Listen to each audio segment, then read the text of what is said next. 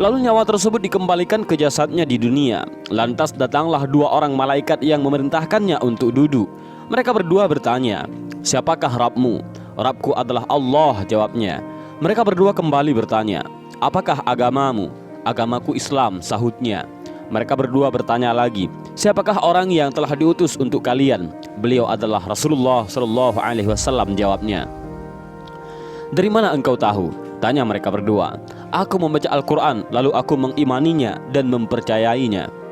Tiba-tiba terdengarlah suara dari langit yang menyeru, "Jawaban hambaku benar, maka hemparkanlah surga baginya, berilah dia pakaian darinya, lalu bukakanlah pintu ke arahnya. Maka menghembuslah angin segar dan harumnya surga memasuki kuburannya, lalu kuburannya diluaskan sepanjang mata memandang. Saat itu datanglah seorang pemuda asing yang amat tampan memakai pakaian yang sangat indah dan berbau harum sekali, seraya berkata, "Bergembiralah, inilah hari yang telah dijanjikan dulu bagimu." Mukmin tadi bertanya, "Siapakah engkau?" "Wajahmu menandakan kebaikan." "Aku adalah amal solehmu," jawabnya. Si mukmin tadi pun berkata, "Wahai Rabbku, segerakanlah datangnya hari kiamat, karena aku ingin bertemu dengan keluarga dan hartaku." Adapun orang kafir, di saat dia dalam keadaan tidak mengharapkan akhirat dan masih menginginkan dunia, turunlah dari langit malaikat yang bermuka hitam sambil membawa kain mori kasar. Lalu mereka duduk di sekelilingnya.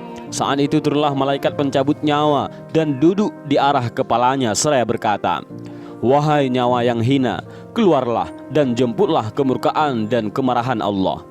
Maka nyawa orang kafir tadi berlarian di sekujur tubuhnya. Maka malaikat pencabut nyawa tadi mencabut nyawa tersebut dengan paksa, sebagaimana seseorang yang menarik besi beruji yang menempel di kapas basah. Begitu nyawa tersebut sudah berada di tangan malaikat pencabut nyawa, sekejap mata diambil oleh para malaikat bermuka hitam yang ada di sekelilingnya. Lalu nyawa tadi segera dibungkus dengan kain mori kasar. Tiba-tiba terciumlah bau busuk sebusuk bangkai yang paling busuk di muka bumi. Lalu nyawa tadi dibawa ke langit.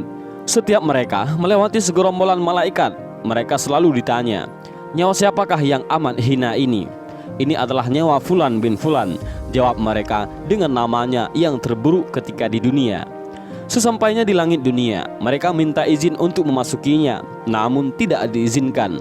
Rasulullah Shallallahu Alaihi Wasallam membacakan firman Allah Subhanahu Wa Taala, "Tidak akan dibukakan bagi mereka, orang-orang kafir, pintu-pintu langit, dan mereka tidak akan masuk surga sampai seandainya unta bisa memasuki lubang jarum sekalipun." Al-Quran Surah Al-A'raf ayat 40.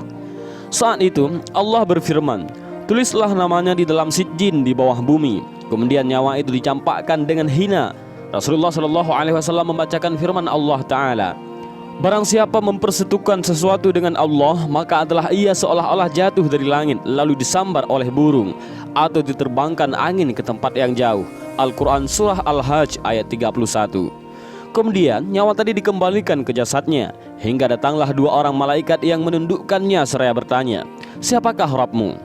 "Aku tidak tahu," jawabnya. Mereka berdua kembali bertanya, "Apakah agamamu?" "Aku tidak tahu," sahutnya. Mereka berdua bertanya lagi, "Siapakah orang yang telah diutus untuk kalian?" "Aku tidak tahu," jawabnya. Saat itu terdengar seruan dari langit, "Hambaku telah berdusta, hamparkanlah neraka baginya dan bukakan pintu ke arahnya." Maka hawa panas dan bau busuk neraka pun bertiup ke dalam kuburannya. Lalu kuburannya dipres oleh Allah Subhanahu Wa Taala hingga tulang belulangnya pecah dan menancap satu sama lainnya. Tiba-tiba datanglah seorang yang bermuka amat buruk, memakai pakaian kotor dan berbau sangat busuk, seraya berkata, "Aku datang membawa kabar buruk untukmu. Hari ini adalah hari yang telah dijanjikan bagimu." Orang kafir itu seraya bertanya, "Siapakah engkau?" "Wajahmu menandakan kesialan." "Aku adalah dosa-dosamu," jawabnya. "Wahai Rabbku, janganlah engkau datangkan hari kiamat," suruh orang kafir tadi. Dan hadis panjang ini diriwayatkan oleh Ahmad dalam Al-Musnad dan disahihkan oleh Al-Hakim dalam Al-Mustadrak dan oleh Albani dalam kitab Ahkamul Janaiz.